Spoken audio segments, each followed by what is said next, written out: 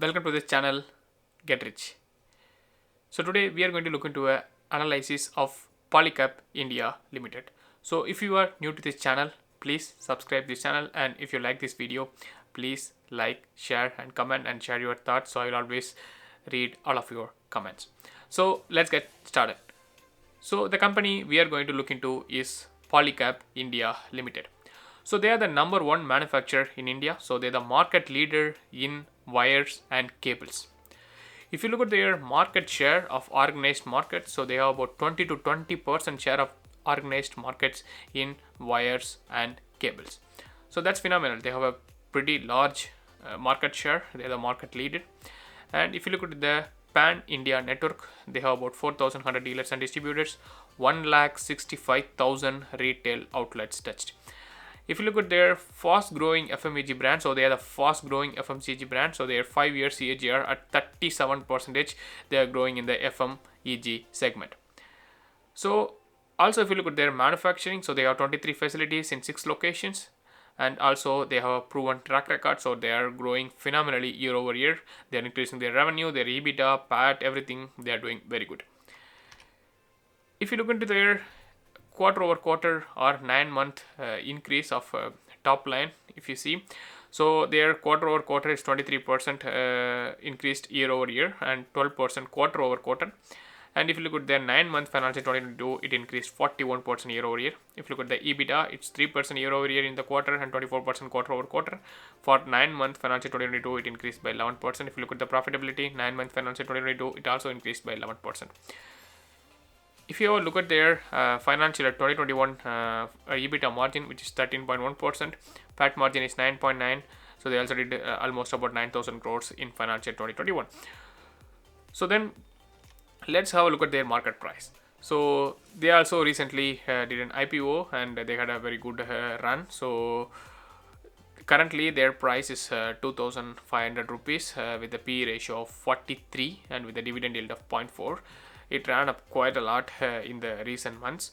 So yeah, I already did a video of this Polycab India Limited. I think it's 2 years ago or something. And yeah, I did a video when it was about 700 to 800 rupees, and I had a, I think, price target of 1,500 with the conservative estimate. It even blew up in 2 years, and then it went to 2,500 rupees. So yeah, as a disclosure, I personally own this stock. I still hold this stock. I bought this stock about 750 rupees average price. Currently I'm sitting with a nice profits, but still I'm still holding this stock. I'm not selling because I'm still seeing potential in this particular stock. So let's get started.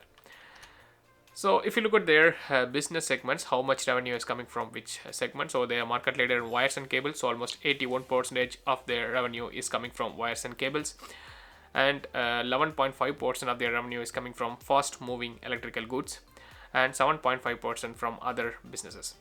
If you look at the revenue breakup, they have 40% of their revenue is coming from B2C, business to consumer, and 60% of their revenue is coming from business to business or B2B. If you look at their wires and cable segment, so as an industry, if you look at the wires and cable industry, so it's a market size of 45,000 to 50,000 market size. 40 to 45% of the electrical and equipment industry.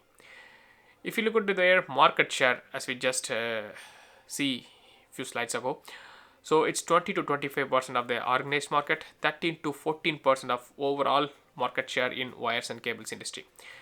So if you look at their nearest competitor or peer, so they are almost 2x of their nearest competitor revenue, because I think it's in $1 billion revenue. So they are doing pretty good in wires and cable segment. So 1,300 crores from Polycab, and they're almost 2x from the nearest competitor. So they're very big. They have a very good market share in this particular segment.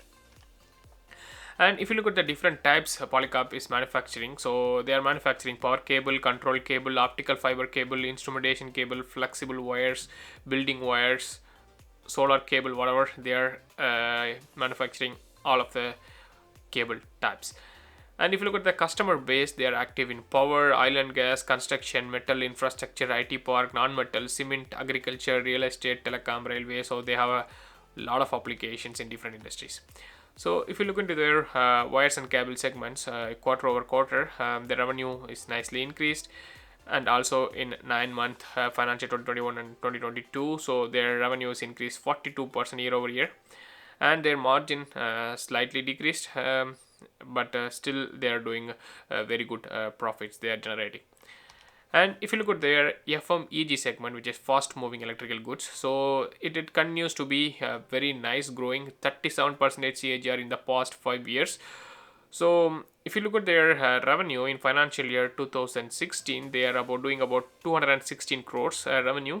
In financial 2021, they are doing about 1000 crores revenue. So they increased from 3.8% of their revenue from FMGG to almost 11.5% of FMEG revenue in their total segment. Now in financial 2021, their FMEG revenue contributes to about 11.5%. So it's increasing very rapidly. If you look at their presence, where they are present, so they are present in fans, they are present in lighting luminaries, and they are looking in switches, switch gears, water heaters, pipes, contacts, agro pumps. So they are present in lot of FMEG products. If you look at their category, for example, switches, the market size about 5,000 crores, and it's expected to grow at 10% CAGR. Lighting is 22,000 crores, 8 to 10% CAGR for the next 5 years. Switch gear 21,000 crores, 10% CAGR. Fans almost 10,000 crores, 6% CAGR growth, and water heaters 2,300 crores, which is also expected to grow about 6% year over year for the next 5 years. And if you look into their revenue, so they are growing their revenue nicely. If you look into their 9-year financial 2021 and 9-year financial 2022, they increased about 27% year over year. If you look into their margin reduced pretty bad. So their margin reduced from EBIT margin, not EBITDA margin. So their EBIT margin is reduced from 4.7% to almost 1%. This is mainly because they are doing now a lot of advertising spend to increase their brand awareness. So that's why their margin is very low in this particular segment.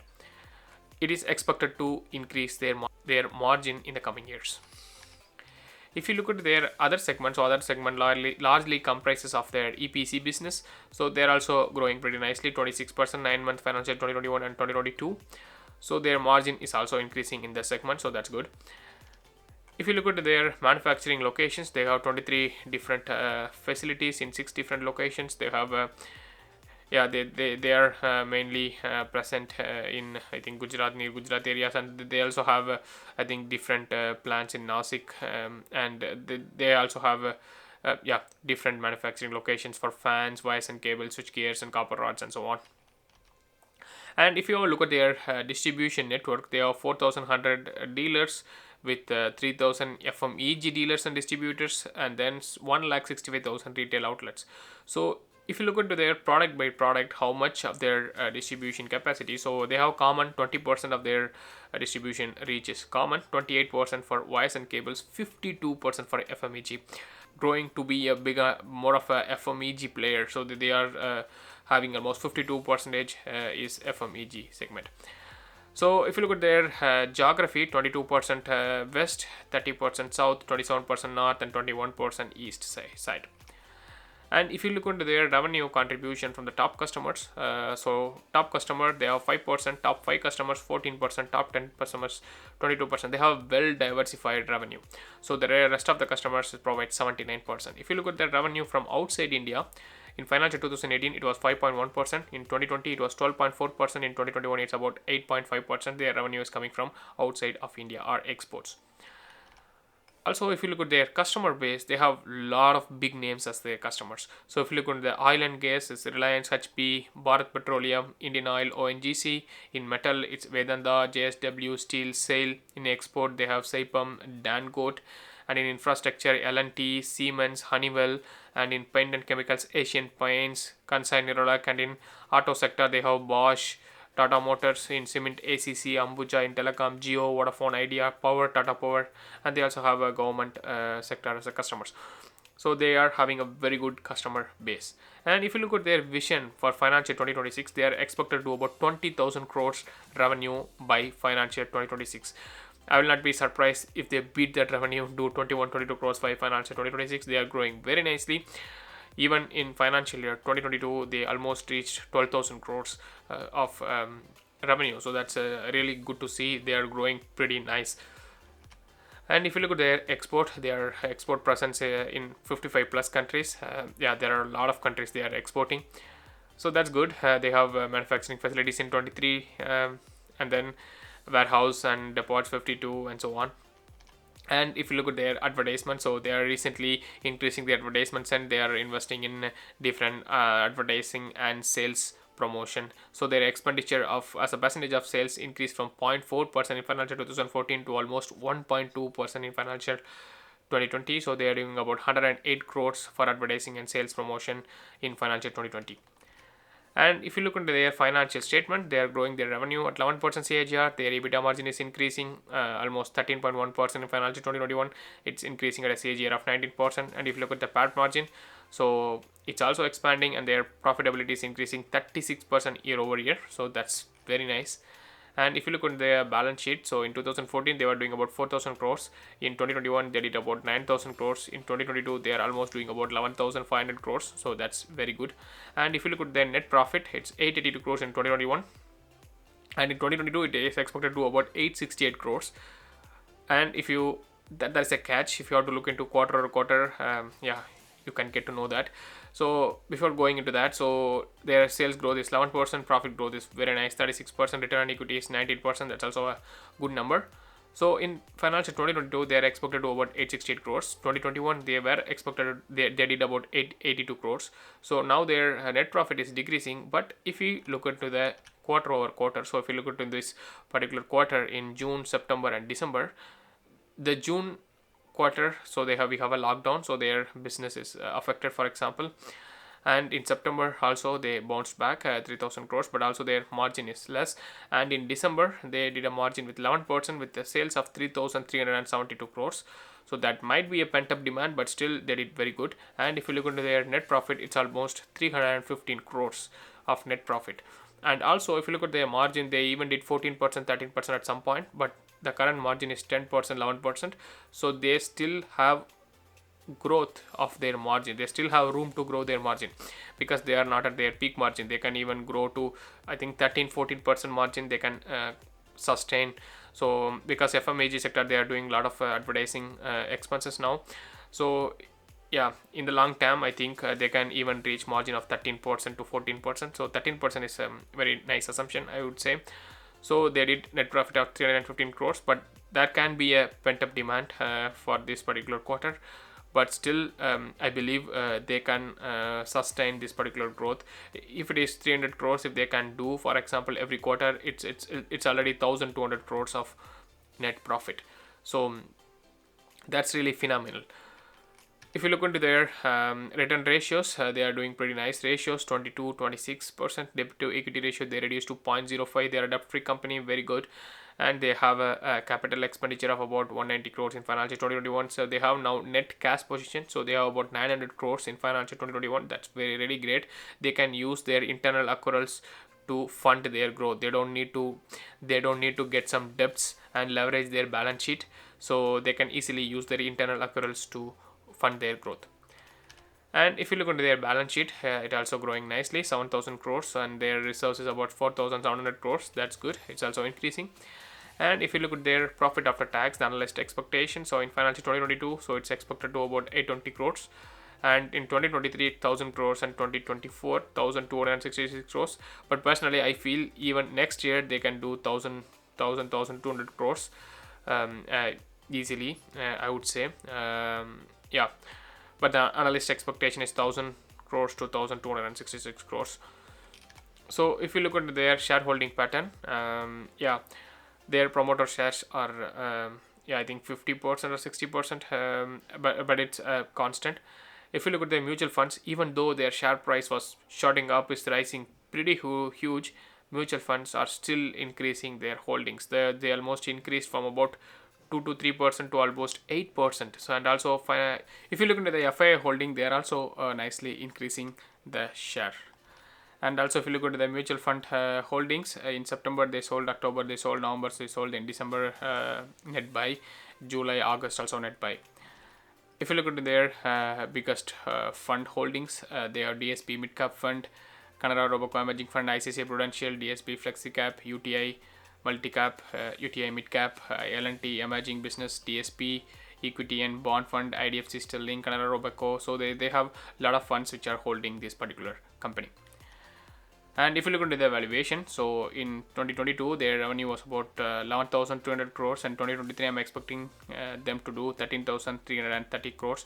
In 2024 I'm expecting to do about almost 15,000 crores with a price growth of 18%, with a revenue growth of 18%. And in the net income, they are expected to do about 868 crores in 2022 and 1,260 crores in 2023 and 1,487 crores in 2024. That's my personal expectation.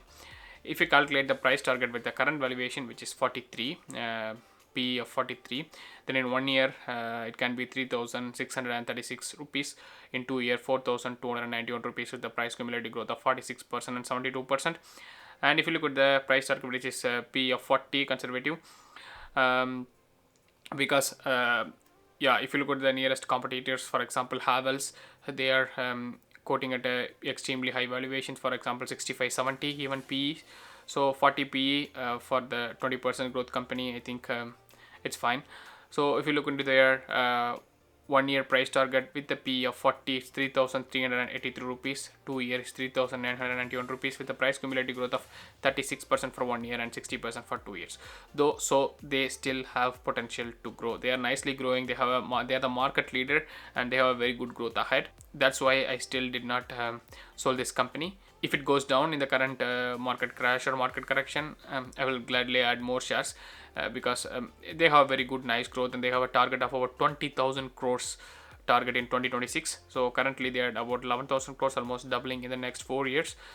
And they already did in the past years whatever they promised, they delivered. So I believe they can do 20,000 crores in by financial year 2026, and they can easily double their revenue, and also they can grow their net income. So that's a very good, for example, if they can double their net income also, for example they can reach about 2,000 crores net income by 2026, let's say. And if they have, for example, P of 40, then it's going to reach 80,000 crores market cap. Currently it's about 37 crores market cap, so they can easily reach 80,000 or even 1 lakh crore market cap by 2026. So that's a very good with a limited downside. So personally, I already made a disclosure, I am holding this share. So if you are a new buyer, if this share drops a little bit, you can buy, because the price potential is 60% for the 2 years, 60 to 70% for 2 years. It can drop a little bit. For example, if they have a I don't see any bad news from this particular company, but if they have any bad news, the stock can fall, or even in these price corrections, because the market was a little bit afraid of the Federal Reserve's decisions to increase interest rate. So the market itself can correct, so this company can also fall with the market. So if it corrects back to 2,000, 1,800, you can gladly buy this share. I would also add to my existing holding. So this company I believe in the long term, so it's a very nice company to buy and hold. Or if you already have this company, you can continue to hold. It's a very good company with a very good growth. So that's all for today. Thank you for watching, and if you like this video, please like, share and comment. So if you are new to this channel, please subscribe this channel, and if you want to subscribe my free newsletter, so you can also subscribe in the description below. Thank you for watching and have a nice day. Bye bye.